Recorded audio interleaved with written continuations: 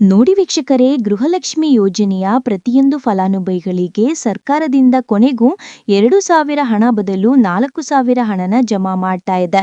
ಹೌದು ವೀಕ್ಷಕರೇ, ಈ ಹಿಂದೆ ದೀಪಾವಳಿ ಹಬ್ಬದ ಪ್ರಯುಕ್ತ ಗೃಹಲಕ್ಷ್ಮಿ ಯೋಜನೆಯ ಪ್ರತಿಯೊಂದು ಫಲಾನುಭವಿಗಳಿಗೆ ಸರ್ಕಾರ 4,000 ಹಣನ ಜಮಾ ಮಾಡಿತ್ತು.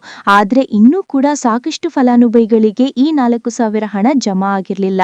ಇದೀಗ ಕೊನೆಗೂ ಸರ್ಕಾರ ಈ 4,000 ಹಣನ ನಿಮ್ಮ ಬ್ಯಾಂಕ್ ಖಾತೆಗೆ ಜಮಾ ಮಾಡ್ತಾ ಇದ್ದು, ಹೇಗೆ ಪ್ರತಿಯೊಂದು ಫಲಾನುಭವಿಗಳ ಬ್ಯಾಂಕ್ ಖಾತೆಗೆ 4,000 ಹಣ ಜಮಾ ಆಗ್ತಾ ಇದೆ ಅಂತ ನಾನು ನಿಮಗೆ ವಿತ್ ಪ್ರೂಫ್ ಮೂಲಕ ಮಾಹಿತಿಯನ್ನ ಕೊಡ್ತಾ ಇದ್ದೀನಿ. ಅದೇ ರೀತಿ ನಾಳೆ ಬುಧವಾರ ಅಕ್ಟೋಬರ್ 29ರಂದು ಕರ್ನಾಟಕದ 29 ಜಿಲ್ಲೆಗಳಿಗೆ ಗೃಹಲಕ್ಷ್ಮಿ ಯೋಜನೆಯ ಈ 4,000 ಹಣನ 4 ಹಂತಗಳಲ್ಲೇ ಪ್ರತಿಯೊಂದು ಫಲಾನುಭವಿಗಳಿಗೆ ಸರ್ಕಾರ ಜಮಾ ಮಾಡ್ತಾ ಇದೆ. ಬನ್ನಿ ವೀಕ್ಷಕರೇ, ಯಾರಿಗೆಲ್ಲ ಹಣ ಜಮಾ ಆಗ್ತಾ ಇದೆ ಮತ್ತು ಯಾರಿಗೆಲ್ಲ ಕ್ಯಾನ್ಸಲ್ ಆಗ್ತಾ ಇದೆ ಅಂತ ನಾನು ನಿಮಗೆ ತಿಳಿಸ್ಕೊಡ್ತಾ ಇದ್ದೀನಿ. ಅದಕ್ಕಿಂತ ಮೊದಲು ನೀವೇನಾದ್ರೂ ಇನ್ನೂ ಕೂಡ ನನ್ನ ಚಾನೆಲ್ನ ಸಬ್ಸ್ಕ್ರೈಬ್ ಆಗಿಲ್ಲ ಅಂದ್ರೆ ದಯವಿಟ್ಟು ಪ್ರತಿಯೊಬ್ಬರು ಚಾನೆಲ್ನ ಸಬ್ಸ್ಕ್ರೈಬ್ ಮಾಡ್ಕೊಳ್ಳಿ, ಹಾಗೆ ವಿಡಿಯೋಗೆ ಒಂದು ಲೈಕ್ನ ಕೊಡಿ. ಹೌದು ವೀಕ್ಷಕರೇ, ಗೃಹಲಕ್ಷ್ಮಿ ಯೋಜನೆಯ ಪ್ರತಿಯೊಂದು ಫಲಾನುಭವಿಗಳಿಗೆ ದೀಪಾವಳಿ ಹಬ್ಬದ ಪ್ರಯುಕ್ತವಾಗಿ ಸರ್ಕಾರ 2,000 ಹಣ ಬದಲು 4,000 ಹಣನ ಜಮಾ ಮಾಡಿತ್ತು. ಸಾಕಷ್ಟು ಫಲಾನುಭವಿಗಳ ಬ್ಯಾಂಕ್ ಖಾತೆಗೆ ಈ 4,000 ಹಣ ಜಮಾ ಕೂಡ ಆಗಿದೆ. ಯಾಕಂದ್ರೆ ಫಲಾನುಭವಿಗಳ ಬ್ಯಾಂಕ್ ಖಾತೆಗೆ ಹಣ ಜಮಾ ಆಗಿರುವಂತಹ ಒಂದು ಮೆಸೇಜ್ನ ಕೂಡ ನಾನಿವಾಗ ಸ್ಕ್ರೀನಲ್ಲಿ ಹಾಕ್ತಾ ಇದ್ದೀನಿ. ಅದೇ ರೀತಿ ಸಾಕಷ್ಟು ಫಲಾನುಭವಿಗಳು ನಮ್ಮ ಬ್ಯಾಂಕ್ ಖಾತೆಗೆ ಹಣ ಜಮಾ ಆಗಿದೆ ಅಂತ ಕಮೆಂಟ್ನ ಕೂಡ ಮಾಡಿದ್ದೀರಾ.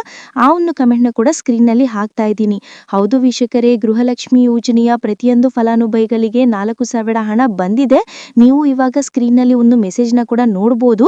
ಫಲಾನುಭವಿಗಳ ಬ್ಯಾಂಕ್ ಖಾತೆಗೆ 4,000 ಹಣ ಜಮಾ ಆಗಿರುವಂತಹ ಒಂದು ಮೆಸೇಜ್ನ ಕೂಡ ಹಾಕಿದ್ದೀನಿ. ನಿಮ್ಮ ಬ್ಯಾಂಕ್ ಖಾತೆಗೂ ಕೂಡ ಈ 4,000 ಹಣನ ಕೊನೆಗೂ ಸರ್ಕಾರ ಜಮಾ ಮಾಡ್ತಾ ಇದ್ದ. ಆದ್ರೆ ಈ 4,000 ಹಣನ ನೀವು ಪಡ್ಕೋಬೇಕು ಅಂದ್ರೆ ಹಣಕಾಸು ಇಲಾಖೆಯಿಂದ ಹೊಸದಾಗಿ ಬಂದಿರುವ ನಿಯಮಗಳನ್ನ ಕಡ್ಡಾಯವಾಗಿ ಪ್ರತಿಯೊಂದು ಫಲಾನುಭವಿಗಳು ಪಾಲಿಸಲೇಬೇಕು ಅಂತ ಸರ್ಕಾರ ಆದೇಶನ ಕೊಟ್ಟಿದೆ. ಈ ನಿಯಮಗಳ ಆಧಾರದ ಮೇಲೆ ಪ್ರತಿಯೊಂದು ಫಲಾನುಭವಿಗಳ ದಾಖಲಾತಿಗಳನ್ನ ಸರ್ಕಾರ ಚೆಕ್ ಮಾಡಿ ನಂತರ ನಿಮ್ಮ ಬ್ಯಾಂಕ್ ಖಾತೆಗೆ ಈ ಗೃಹಲಕ್ಷ್ಮಿ ಯೋಜನೆಯ 4,000 ಹಣನ ಜಮಾ ಮಾಡೋದು. ಹಾಗಾದ್ರೆ ಬನ್ನಿ ವೀಕ್ಷಕರೇ, ಸರ್ಕಾರದಿಂದ ಜಾರಿಗೆ ಬಂದಿರುವಂತಹ ಈ ನಿಯಮಗಳು ಏನು ಮತ್ತು ಯಾವ ಫಲಾನುಭವಿಗಳಿಗೆ ಹಣ ಕ್ಯಾನ್ಸಲ್ ಆಗಿದೆ ಅಂತ ನಾನು ನಿಮ್ಗೆ ಈ ಒಂದು ವಿಡಿಯೋದಲ್ಲಿ ತಿಳಿಸ್ಕೊಡ್ತಾ ಇದ್ದೀನಿ.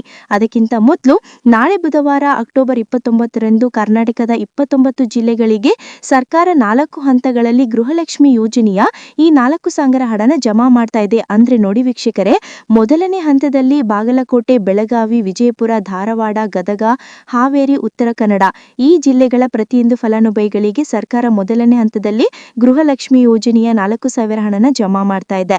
ಎರಡನೇ ಹಂತದಲ್ಲಿ ಬೆಂಗಳೂರು ನಗರ, ಬೆಂಗಳೂರು ಗ್ರಾಮಾಂತರ, ರಾಮನಗರ, ಚಿಕ್ಕಬಳ್ಳಾಪುರ, ಚಿತ್ರದುರ್ಗ, ದಾವಣಗೆರೆ, ಕೋಲಾರ, ಶಿವಮೊಗ್ಗ ಮತ್ತು ತುಮಕೂರು ಈ ಜಿಲ್ಲೆಗಳ ಪ್ರತಿಯೊಂದು ಫಲಾನುಭವಿಗಳಿಗೆ ಎರಡನೇ ಹಂತದಲ್ಲಿ 4,000 ಹಣನ ಸರ್ಕಾರ ಜಮಾ ಮಾಡ್ತಾ ಇದೆ.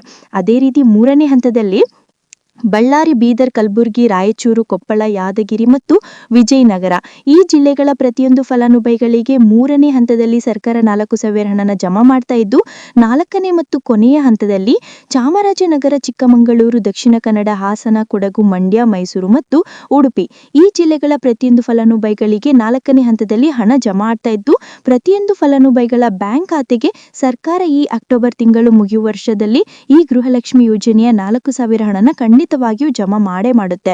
ನೋಡಿ ಸ್ನೇಹಿತರೆ, ಈ ಬಾರಿ ಸುಮಾರು 1 ಲಕ್ಷಕ್ಕಿಂತ ಅಧಿಕ ಫಲಾನುಭವಿಗಳ ಬ್ಯಾಂಕ್ ಖಾತೆಗೆ ಸರ್ಕಾರ ಗೃಹಲಕ್ಷ್ಮಿ ಯೋಜನೆಯ ಹಣನ ಜಮಾ ಮಾಡ್ತಾ ಇಲ್ಲ.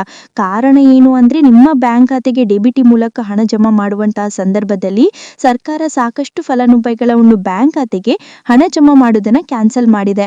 ಯಾಕಂದ್ರೆ ಇತ್ತೀಚೆಗೆ ಹಣಕಾಸು ಇಲಾಖೆ ಜಾರಿಗೆ ತಂದಿರುವ 5 ನಿಯಮಗಳ ಆಧಾರದ ಮೇಲೆ ಪ್ರತಿಯೊಂದು ಫಲಾನುಭವಿಗಳಿಗೆ ಸರ್ಕಾರ ಈ ಒಂದು ಹಣನ ಜಮಾ ಮಾಡ್ತಾ ಇದ್ದು, ಯಾರೆಲ್ಲ ಫಲಾನುಭವಿಗಳು ಈ ನಿಯಮಗಳನ್ನ ಪಾಲಿಸಿಲ್ಲ ನಿಮ್ಮ ಬ್ಯಾಂಕ್ ಖಾತೆಗೂ ಕೂಡ ಹಣ ಜಮಾ ಆಗೋದಿಲ್ಲ.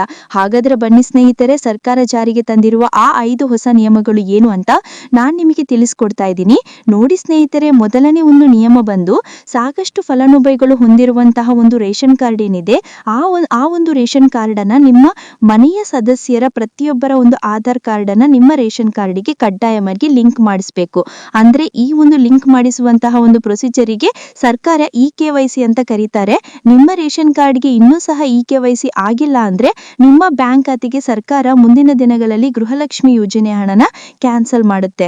ಅದೇ ರೀತಿ ಎರಡನೇ ಒಂದು ನಿಯಮ ಬಂದು, ಸಾಕಷ್ಟು ಫಲಾನುಭವಿಗಳು ಕಳೆದ 3 ತಿಂಗಳಿಂದ ಸರ್ಕಾರದಿಂದ ಬರ್ತಾ ಇರುವಂತಹ ಒಂದು ರೇಷನ್ ಏನಿದೆ ಅಂದ್ರೆ ಉಚಿತ ಅಕ್ಕಿ ಏನಿದೆ, ಈ ಒಂದು ರೇಷನ್ ಅನ್ನ ಪಡ್ಕೋತಾ ಇಲ್ಲ. ಒಂದು ವೇಳೆ ಕಳೆದ 3 ತಿಂಗಳಿಂದ ನೀವು ರೇಷನ್ ಅನ್ನ ಪಡ್ಕೊಂಡಿಲ್ಲ ಅಂದ್ರೆ ಸರ್ಕಾರ ನಿಮ್ಮ ಬಳಿ ಇರುವಂತಹ ಒಂದು ರೇಷನ್ ಕಾರ್ಡ್ ಅನ್ನ ಕ್ಯಾನ್ಸಲ್ ಮಾಡುತ್ತೆ. ನಿಮ್ಮ ರೇಷನ್ ಕಾರ್ಡ್ ಅನ್ನ ಸರ್ಕಾರ ಕ್ಯಾನ್ಸಲ್ ಮಾಡಿದ್ರೆ ನಿಮ್ಮ ಬ್ಯಾಂಕ್ ಖಾತೆಗೆ ಗೃಹಲಕ್ಷ್ಮಿ ಯೋಜನೆಯ ಹಣ ಇರ್ಬೋದು ಮತ್ತು ಸರ್ಕಾರದಿಂದ ಬರುವಂತಹ ಒಂದು ಸೌಲಭ್ಯಗಳನ್ನ ನೀವು ಕಳ್ಕೋಬೇಕಾಗತ್ತೆ.